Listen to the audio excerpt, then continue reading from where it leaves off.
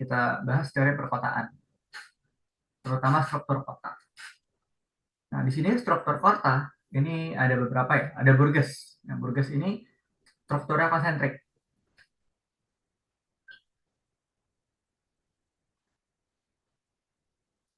di mana zona-zonanya itu dia itu melingkari CBD gitu ya. Dia membentuk suatu layer-layer dari suatu lingkaran. Ini mirip buang bombay gitu kan.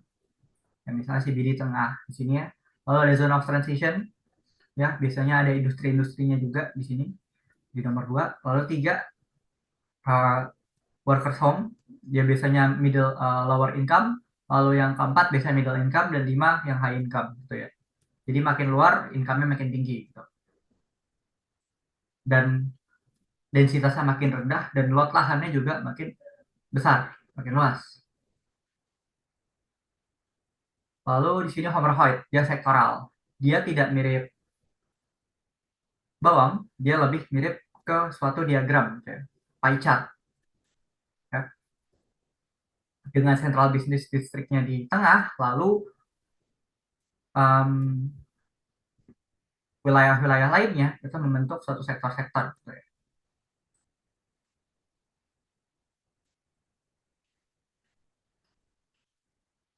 Lalu di sini Harris Ullman multi-nuclei concept, di mana ya gampang ya, di sini ada dua business district, ada yang central business district dan outlying business district, seperti itu. Lalu ada Griffinford. Nah, Griffinford teori ini mengacu pada kota-kota di Amerika Selatan gitu ya, yang dia ini dibangun berdasarkan main boulevardnya gitu. Di mana main boulevard ini ada daerah yang historical, lalu daerah CBD-nya, terus pasar ya. Lalu di sela-sela boulevard, di sampingnya boulevard, biasanya ada elite residential sector gitu ya. Baru kadang ada zone of maturity gitu ya, rumah-rumah yang tua, lalu institute of fashion, baru seperti um, squatter settlement-nya atau pemukiman-pemukiman ilegal ini, dia itu dibuat di tepi-tepi dari kota tersebut. Ya. Lalu ada Central Business District. Nah, Central Business District ini merupakan ya wilayah pusat kegiatan dari suatu kota, di mana bangunan-bangunan itu tinggi-tinggi, ya vertical zoning. Jadi bisa aja perumahan atau kantor di atas, lalu toko dan jasa itu terletak di bawah dari bangunan tersebut. Dengan populasi residensial yang sedikit ya, karena harga lahannya mahal. Lalu dia biasanya ramah pejalan kaki. Kalau kita lihat di Indonesia, seperti di Sudirman, itu sangat-sangat pedestrian friendly gitu. Dan tidak ada manufaktur berat. Mungkin kalau ada pun cuma warehouse. Lalu konsentrasi retail dan perkantoran, baik itu general ya seperti department store maupun specialized, misalnya toko musik, toko pancing gitu. Lalu ada bangunan bertingkat ya, vertical zoning, dan penggunaan kendaraan biasanya dibatasi. Ya, misalnya ada jalan-jalan yang hanya khusus untuk pedestrian aja gitu. Nah, dengan catatan biasanya di CBD public transportnya akan lebih bagus dibanding wilayah lainnya. Nah, kecuali di Amerika, gitu. Karena Amerika merupakan negara yang car centric. Kenapa Amerika bisa car centric? Karena pada masa-masa awal ditemukan mobil gitu ya, ada lobby-lobby dari perusahaan-perusahaan mobil otomotif seperti General Motors dan Ford kepada politisi-politisi di Amerika Serikat gitu. Sehingga karena lobby tersebut ya, kota-kota Amerika lebih banyak yang car centric, terutama kota-kota baru di Midwest dan di West Coast gitu ya. Nah, kalau kita lihat ini di Houston, Texas ya, di mana kita lihat ini bentuk kotanya itu grid system, di mana dia bentuk jalannya itu full kotak-kotak semua, ya, tidak lengkung-lengkung, dan bikin suatu blok gitu ya. Nah, kalau kita lihat di tengah-tengah bloknya itu kebanyakan isinya merupakan parkir, tempat parkir ya. Ada satu, dua, tiga. Ada yang parkir ground parking, ada yang elevated parking, nah gitu ya. Dan nggak lupa ya di sekitarnya ada tol. Nah, lalu ini ada Central Business District di Prancis, di Paris ya. Ini bukan sentral, dia lebih ke outlying karena dia tempatnya tidak persis di tengah-tengah Paris. Dia itu di sisi barat ya, atau di barat lautnya dari kota Paris.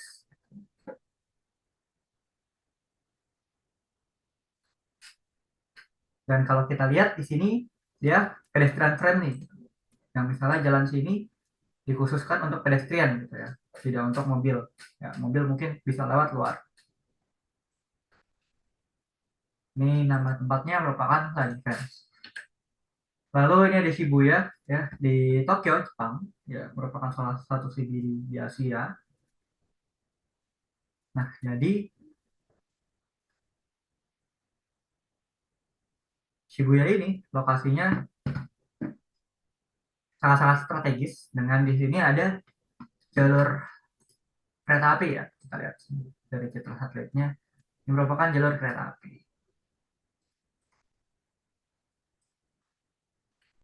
Nah, lalu ini untuk yang di Indonesia. Ini di Sudirman dengan PBD yang dikelilingi oleh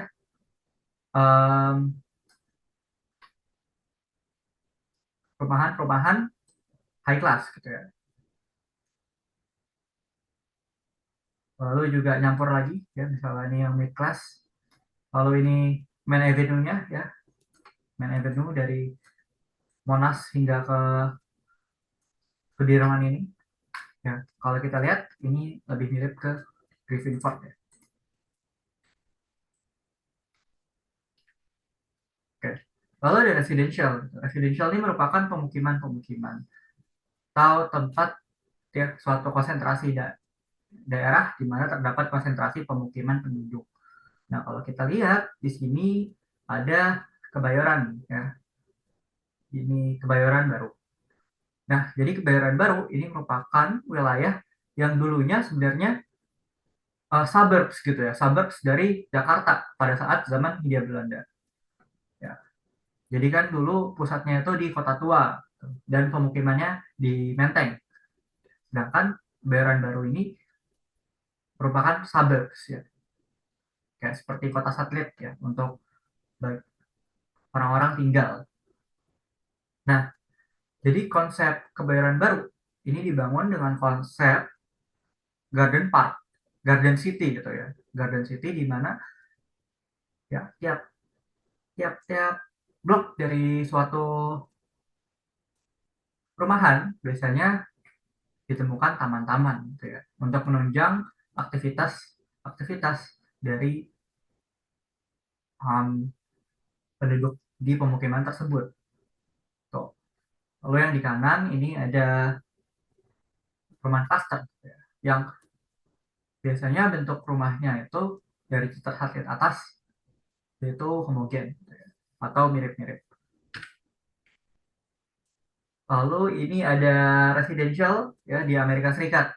Nah, kalau Amerika Serikat, dia ini sangat famous ya dengan yang namanya cul-de-sac. Nah, cul-de-sac ini merupakan seperti kalau di sini jalan buntu. Nah, tapi jalan buntunya ini berupa bundaran.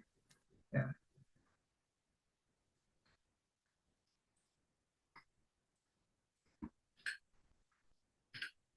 Nah, lalu retail. Ya.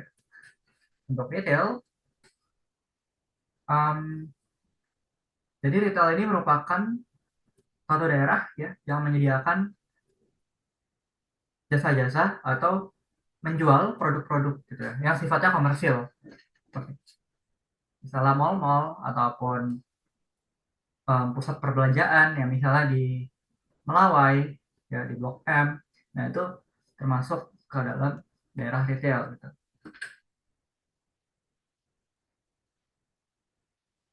Oke, lalu office ya atau kantor-kantor ya bisa kayak SCBD tadi maupun kantor-kantor pemerintahan yang ada di sekitar Monas gitu ya.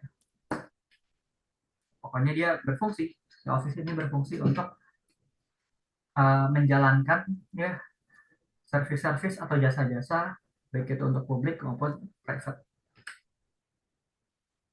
Lalu public facilities ya. Jadi public facilities ini merupakan fasilitas yang dibuat ya dikonstruksi untuk kepentingan publik seperti taman, transportasi umum, perpustakaan, museum dan stadion. Nah, ini contohnya transportasi umum yang di kanan ada stasiun Manggarai di Jakarta dan di kiri itu proses hub Duku Atas ya, di mana banyak moda transportasi yang bergabung di sini.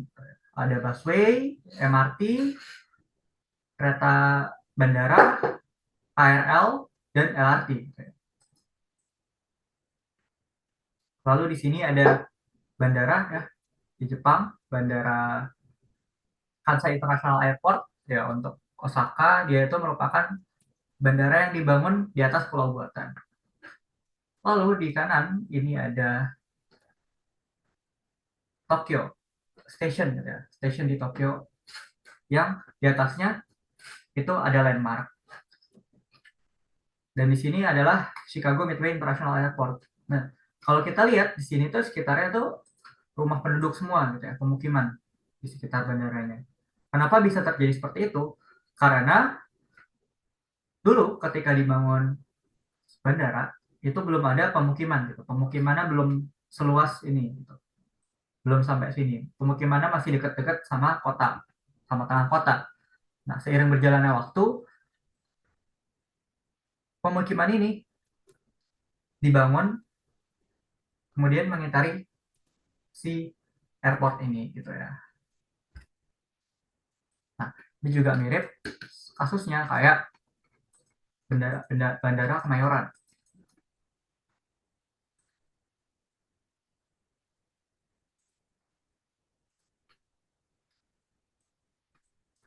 Nah, jadi bandara kalau kita lihat jalan Kemayoran di sini itu jalannya sangat lurus gitu ya, lurus, sangat luas juga.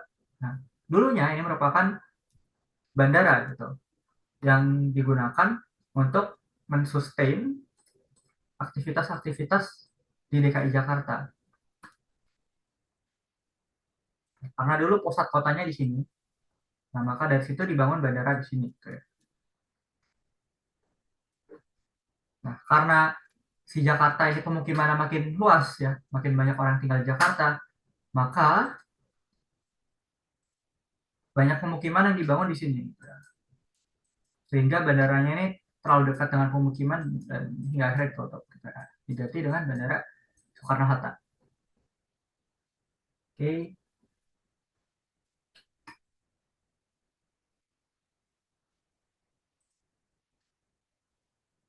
Lalu ini stadion atau sport kompleks ya. Di sini ada JIS dan Gelora Bung Karno.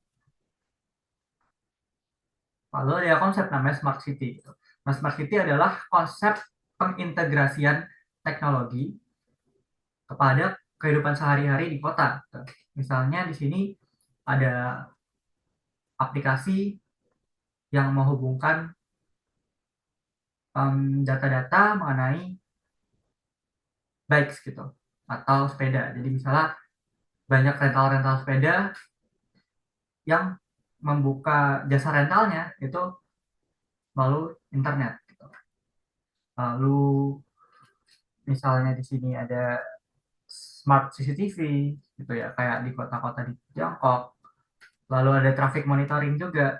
Ya misalnya di jalan ada kamera-kamera ya untuk surveillance, misalnya untuk tilang, e-tilang gitu ya. Lalu di sini ada energi manajemen juga ya, water management dan lain-lain. Nah, kalau Eco City ini lebih gimana suatu kota ini tuh coba mengurangi jejak emisi karbonnya gitu. Kalau ini kan integrasi teknologi. Kalau ini tujuannya untuk mengurangi emisi karbon. Misalnya dengan kota tersebut menerapkan green infrastructure, di mana bangunan-bangunannya itu biasanya dibuat kayak seperti kebun. Nah, misalnya di balkonnya itu ditanam tumbuhan-tumbuhan. Gitu. Misalnya green rose, ya green wall seperti ini. Lalu penanaman pohon di sekitar jalan, ya tree line street. Tuh. Lalu pembatasan batas kota menggunakan green belt. Gitu ya. Green belt itu merupakan ini ya, batas kota gitu ya. Yang batas kotanya itu merupakan hutan biasanya. Hutan atau taman. Ya, misalnya contoh green belt ya.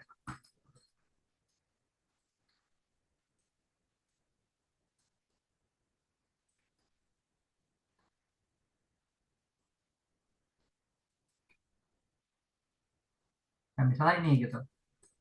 Jadi daerah sini itu udah nggak bisa lagi bikin rumah-rumah gitu ya. Jadi dia hanya diperuntukkan misalnya untuk pertanian maupun rekreasi seperti golf. Oke, untuk Eco City. Ya, ini juga contohnya ada kayak EV charging station ya untuk bagi kendaraan listrik untuk mengisi energinya. Lalu juga public transportation, misalnya dengan menggunakan bus elektrik gitu, kayak bus Transjakarta gitu. Lalu ada ini juga masuk ya ke Eco City. Nah, contohnya ada kayak Melbourne gitu, di mana dia ada taman-tamannya di sekitar CBD-nya.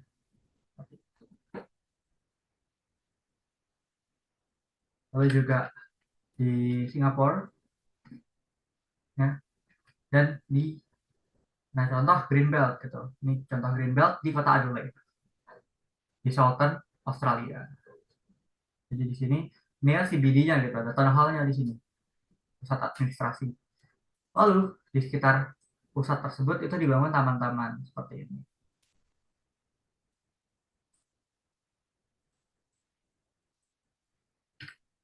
Oke, lalu ada Garden City, ya. Konsep Garden City yang udah aku jelasin tadi, di mana di suatu settlement atau pemukiman itu dibangun banyak taman-taman. Gitu ya.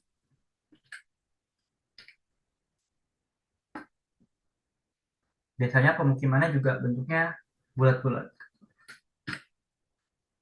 Lalu ada Compact City, ya di mana suatu kota itu jarak antar tempatnya itu diperkecil gitu. Ya misalnya gimana cara kita bikin compact city gitu dengan meningkatkan densitas. Ya, jadi bangunannya itu biasanya medium to high density gitu ya.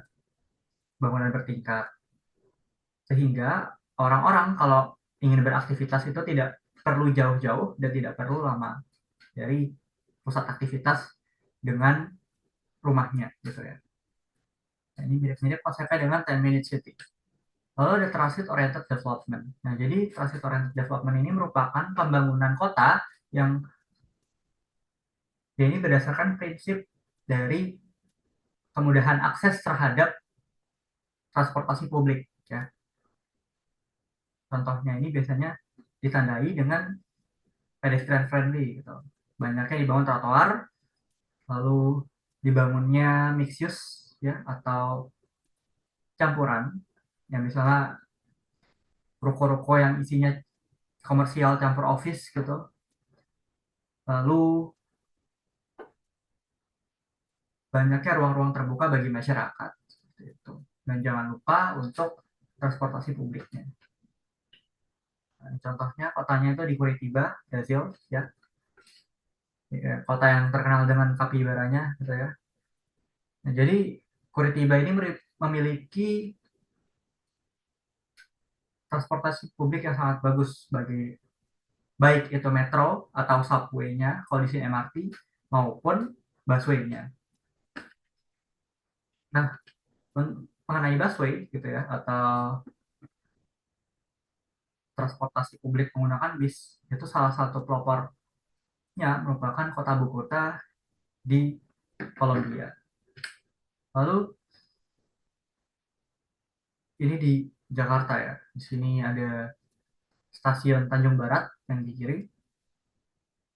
Nah, ini merupakan stasiun yang terhubung dengan suatu apartemen, gitu ya, apartemen Manhattan.